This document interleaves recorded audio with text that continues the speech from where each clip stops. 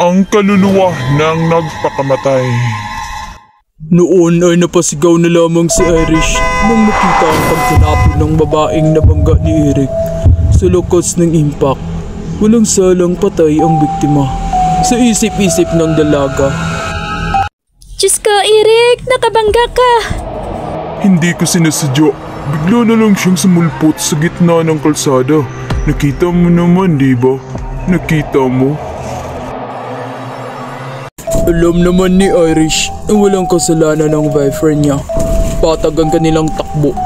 Nung walang ano-ano ay bigla na lamang lumitaw ang babaeng iyon. Nangangatog ang tuhod na bumaba rin si Irish sa kotse. Umikot siya sa gawi ni Eric na naunang bumaba kaysa kanya. May pagtatakang pariho sa anyo ng magnobyo na inikot-ikot ang tingin sa palibot. Oh, nasaan yung babae? Oo nga eh, wala rito. Saan kaya yun? Ani Eric na nagtakang-taka ring gumagalaw pa ang Adam's apple nito na ginala ang tingin sa paligid, wala talaga silang makitang babae. Tinignan ng binata ang hood ng kotse. Kanina, sa lakas ng impact, nakatiyak agad itong siguradong malaki rin ang magiging damage niyon. Pero wala ni munting gasgas ay wala ang unahan ng kotse. Look, wala ni anumang bakas. Hindi rin malaman ni Irish ang sasabihin pero nagsimulang magtayuan ang kanyang mga balhibo nang maalala ang kwento ng isang pinsan niya tungkol sa white lady raw na madalas na nagpakita sa motoristang nagdaraan sa highway na iyon, lalo't pat alanganin sa oras ng gabi. Napahawak siya ng mahigpit sa braso ng boyfriend. Eric, hindi kaya white lady ang nabundol mo? Napatitig sa muka ng dalaga si Eric. Lalaki man ay halatang kinabahan nito sa sinabi ng kasintahan. Naniniwala ka ba sa white lady? Hindi na nagawang sumagot ni Irish.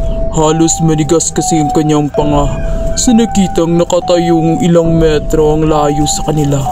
Isang babae, nakabistidang puti, nakalugay ang buhok at higit na nakakatakot dahil nakita nilang di nakasayad sa lupa ang mga paa nito.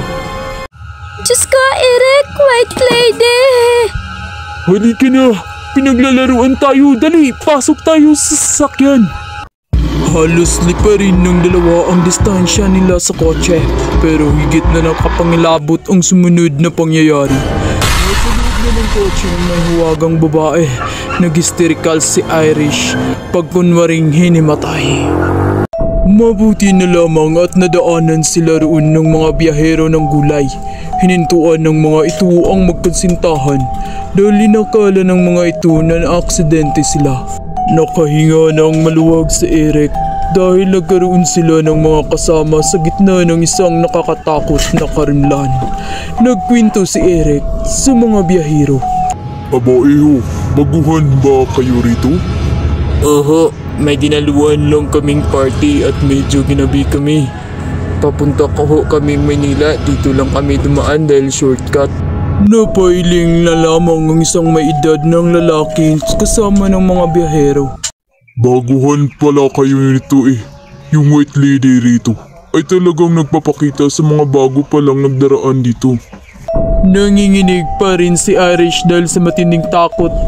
Iyon ang unang pagkakataon na naka-encounter siya ng ganoon. Ang akala noon ng dalaga ay katang-isip lamang ang mga kwento tungkol sa white lady. At ngayon niya napatunayan, hindi pala gawa-gawa lamang. First niyang naranasan. Nagmagandang loob ang dalawa sa mga biyahero. Nasamahan na sa kotse ang magkasintahan habang nagbibiyahe pa Maynila. Palawas din ng Maynila ang mga biyahero mula sa pag-ungkat ng mga paninda. Ang Maynila ay syudad na di natutulog. Kakaiba ang sigla ng mga ilaw sa gaya ni na Eric at Irish na galing sa isang malabangungot na karanasan. Ang liwanag ng syudad ay bahagyang nakapapawi ng sindak. Bumaba na ang mag-asawang biyahero at lumipat sa truck ng mga ito pagsapit sa isang lugar sa Quezon City. Masuyong hinawakan ni Eric sa braso ang kasintahan. Huwag ka nang matakot, ligtas na tayo. Ala, Alam mo, loves, hindi ko makakalimutan ang nakaranasan nating iyon. Ang akala ko ay mamamatay na ako. Aminin ko, ninirigas din ako. First time kong makakita ng tunay na white lady. Ako nga, love, parang biglang sumabog ang ulo ko kanina nang makita ko siya. Kung di ako hinamatay, siguro inatake ako ng puso. Sabay natigilan ng magnobyo. Nang may marinig na kalaskas sa backset, automatic kong sumulyap si Eric sa review mirror. Pero maingat na rin nagmamaneha. Lumingon naman si Irish at sabay nilang nakita ang babaeng priting nakaupo sa backset. Akala mo'y isang regular na napasahero lang na nakilala ng may dala ng sasakyan. Sabay na napasigaw ang magnobyo.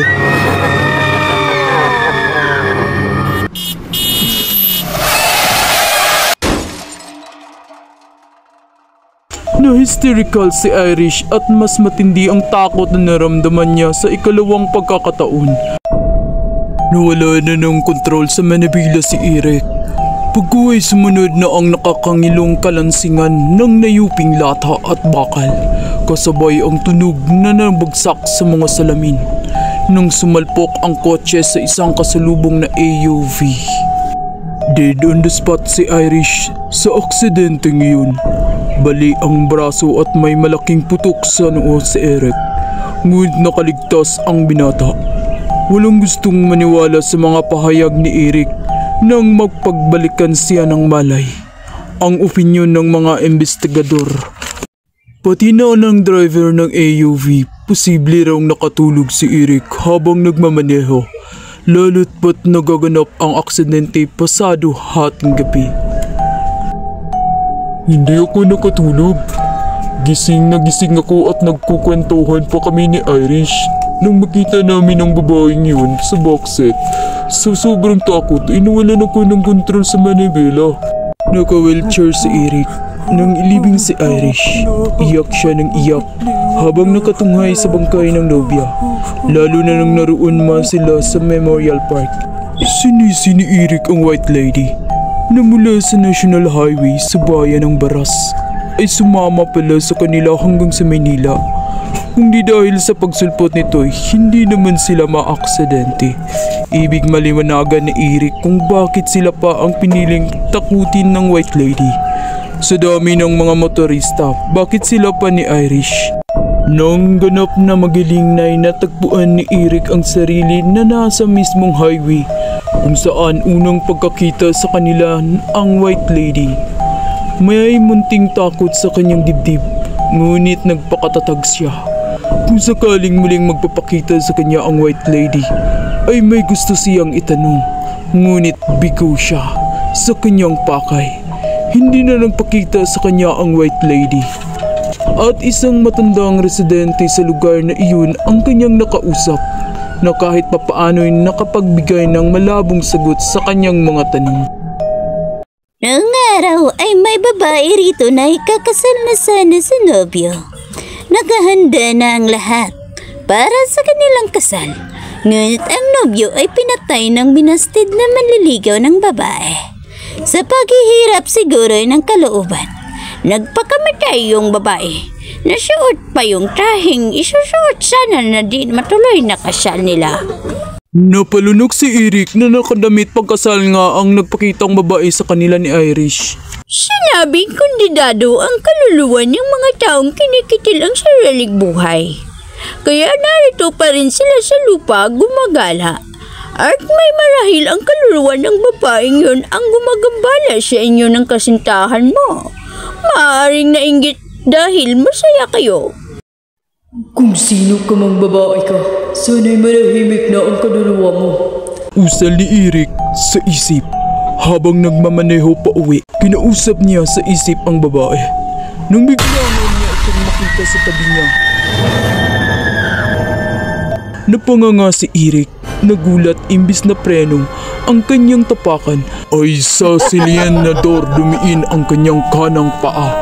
Napasigaw na lamang si Eric ng buong lakas, kasabay ang pagtataas ng mga baraso para takpan ang mukha ng makitang babangga siya sa isang sentoryong old na puno ng mulawin. Iyon ang huling natandaan ni Eric.